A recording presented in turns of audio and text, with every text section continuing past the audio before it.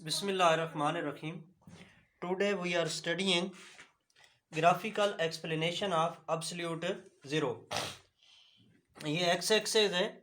जब हम x access के अलॉन्ग टेम्परेचर ले लेते हैं और वाई एक्सेस के अलॉन्ग वॉल्यूम ले लेते हैं तो हमारे पास एक स्ट्रेट लाइन आ जाती है, लेकिन कुछ देर के बाद ये स्ट्रेट लाइन ख़त्म हो जाती है। अगर हम इसे खुद से एक्सट्रेपुलेट कर लें, एक्सट्रेपुलेट मीन डॉटेड लगा कर, ये पॉइंट लगा कर इसको आगे बढ़ा लें, तो आप ये देखेंगे कि ये टेम्परेचर एक्सेस को एक जगह पे जाकर कट कर देगी। ये तो जिस टेम्परेचर पे ये कट करती है वो है -273.16 डिग्री सेंटीग्रेड, और यहाँ पे वॉल्यूम हो जाता है ज़ीरो। इसका मतलब ये टेम्परेचर जो है जिस पे वॉल्यूम ज़ीरो हुआ है, थ्योरेटिकली ग्राफिकली ये जो है टेम्परेचर ये एब्सोल्यूट ज़ीरो कहलाएगा। तो इसी को आपने लिख भी देना है कि when we plot a graph between temperature along x-axis and volume of given amount of gas along y-axis at constant pressure, then we get a straight line when it is extrapolated. When this straight line is extrapolated, extrapolate होता है खुद से बढ़ा देना, खुद से बढ़ाना। When it is extrapolated, it cuts temperature axis at -273.16 degree centigrade and volume of gas becomes zero. It is absolute zero. ये absolute zero है, -273.16 degree centigrade.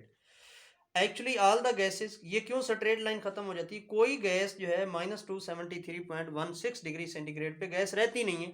Actually all the gases are converted into liquid before reaching this temperature. तो greater the amount of gas, greater is the slope of straight line. जितना amount of gas ज़्यादा होगी उतना straight line का slope भी ज़्यादा हो जाएगा। स्केल्स ऑफ थर्मोमीट्री, नेक्स्ट हमने पढ़ना है scales of thermometry. There are 3 scales, centigrade scale और सेल्सियस स्केल। सेंटीग्रेड स्केल वो होता है जिसके ऊपर ये मैंने तीनों स्केल एक लाइन लगा के बनाए हैं यहाँ पे, जिस पे आइस का फ्रीजिंग पॉइंट 0 डिग्री सेंटीग्रेड हो और वाटर का बॉइलिंग पॉइंट 100 डिग्री सेंटीग्रेड हो।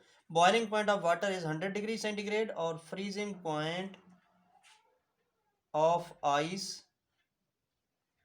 Is 0 degree centigrade. Kelvin scale और एब्सोल्यूट स्केल, केल्विन को एब्सोल्यूट स्केल भी कहते हैं। Boiling point of water is 373 Kelvin and freezing point is 273 Kelvin. Fahrenheit scale जो है, boiling point of water is 212 Fahrenheit. पानी का जो बॉइलिंग पॉइंट है, एक मिनट ठहरे मैं देखता हूँ।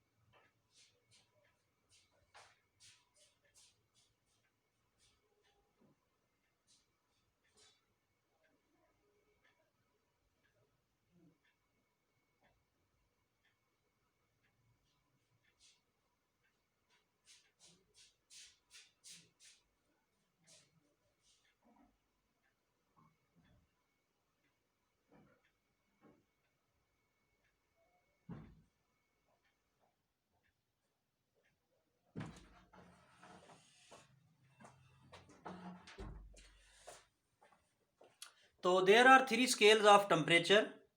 तो सेंटीग्रेड स्केल और Celsius scale, boiling point of water is 100 degree centigrade, freezing point of ice is 0 degree centigrade.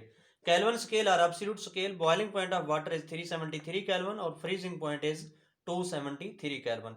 Fahrenheit scale, boiling point of water is 212 Fahrenheit and melting point of ice is 32 Fahrenheit. जैसे ये मैंने दिखाया है आपको, centigrade scale पे freezing point of ice 0 degree centigrade है और boiling point of water 100 degree centigrade है। इन दोनों टेम्परेचर्स के दरमियान 100 डिवीजन है। केल्विन स्केल में फ्रीजिंग पॉइंट या उसका मेल्टिंग पॉइंट ऑफ आइस जो है, फ्रीजिंग पॉइंट कह लें या melting point of ice, freezing point और बल्कि मेल्टिंग पॉइंट ज़्यादा सूटेबल है क्योंकि आइस इज सॉलिड। तो melting point of ice, melting point of ice जो है वो 0 डिग्री सेंटीग्रेड है और boiling point of water 100 degree centigrade है।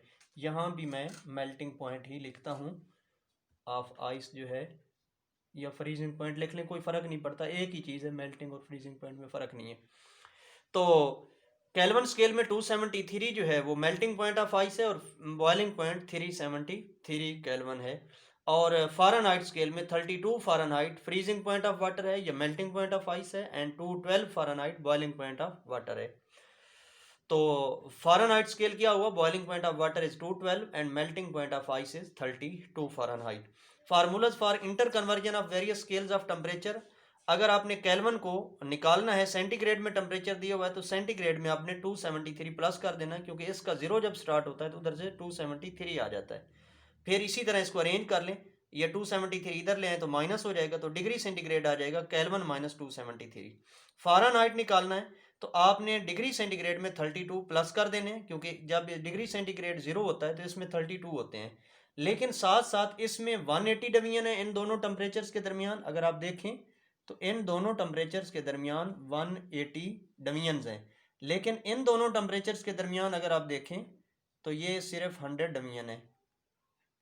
तो इसलिए ये डिग्री सेंटीग्रेड जो है इनको आपने बड़ा करने के लिए 9/5 से ज़रब दे देने। 9/5 कैसे आया है कि 180 को जब 100 पे डिवाइड कर देते हैं तो ये आ जाता है 9/5। तो इस फैक्टर से आपने डिग्री सेंटीग्रेड को मल्टीप्लाई करके 32 प्लस भी कर देना, ये फार्मूला आपने याद रखना है। अगर आपने फ़ारेनहाइट निकालना है, 32 इधर आके माइनस हो जाएगा और 9/5 जो है इधर आके मल्टीप्लाई होगा तो ये 5/9 हो जाएगा।